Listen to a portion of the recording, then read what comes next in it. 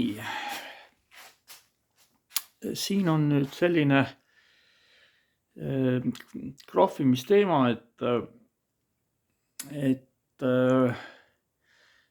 siin on üks jupp ja seda vana korstent, see tuleb siis puhastada ja sättida ja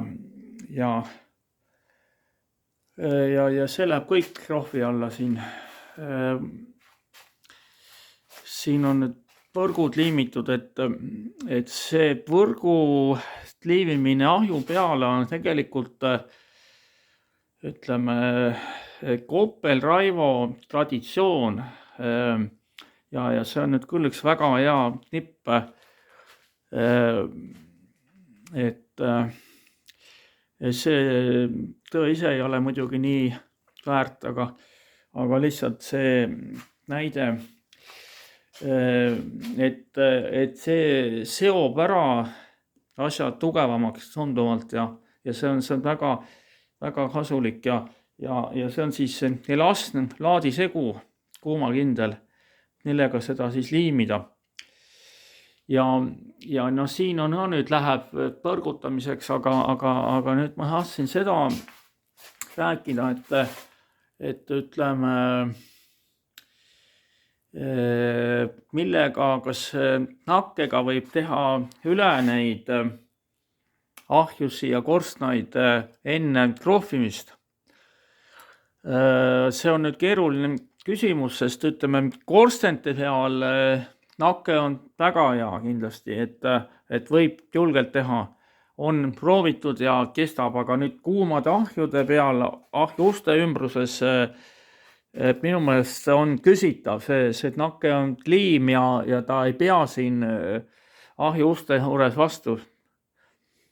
Ei ole nagu mõistlik, ma arvan, aga selline traditsiooniline asi on nüüd kruntimine vedelaseguga, ütleme, enne tööd, et siin on nüüd see laadisegu ja et siis nagu niimoodi hõõruda nagu sisse ja siis seisab natuke aega ja siis läheb siis see võrk siia peale. Et see on nagu igatahes mõistlik asi ja see imeb sisse selle poolse pinna nagu täis seda segu. Et see peab jah sukene suhteliselt vedel olema see asi ja võib pintsliga või svammiga või peaasi, et niimoodi hõõruda seda asja.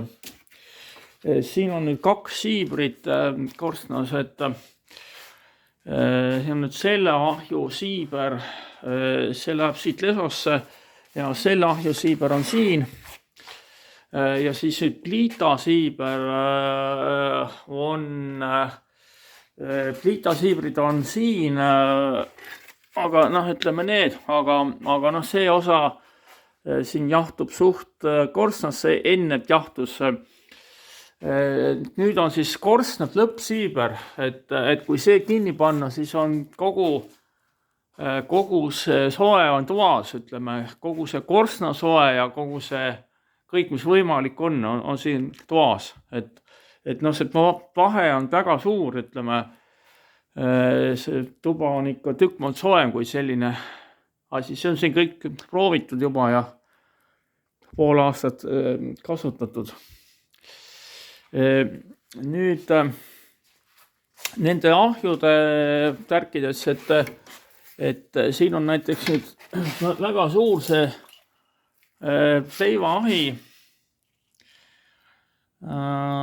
see on tuld läbilaskev ja see on nüüd see kuznetsoovisüsteem, ütleme, kus on siit piludest tuleb see tuli siia üles ja see on väga suur see küpsetusahi siin ja siia mahub ka, aga see on siis selle järelpõlemisega piludes, et see põletab päris puhtaks, aga siin ei ole praegu suurt tuult tehtud, et ta on niuke nagu ta on. Ja see kolle kolle on ise selline, et siin on ka siis õhukanalid, kus tuleb see õhk peale ja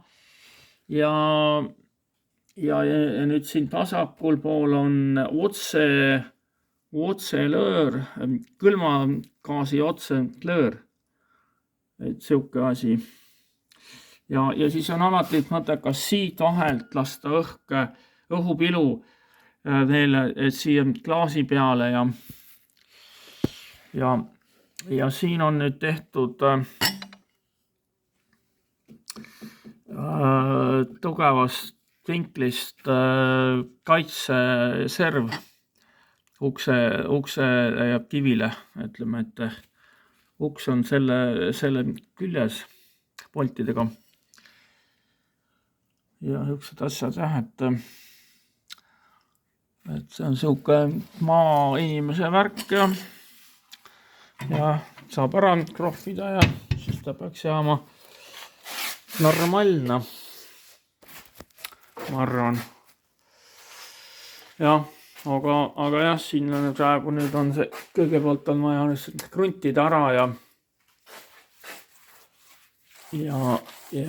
see on tegelikult vajalik asi, et saab kruntida, et ta imab ennast täis, ütleme, ja see siia nüüd nakkub see päris segu siis hoopis paremini peale, hoopis teise tundega. Vot selline värk on meil siin maal, jah. Sedapsi.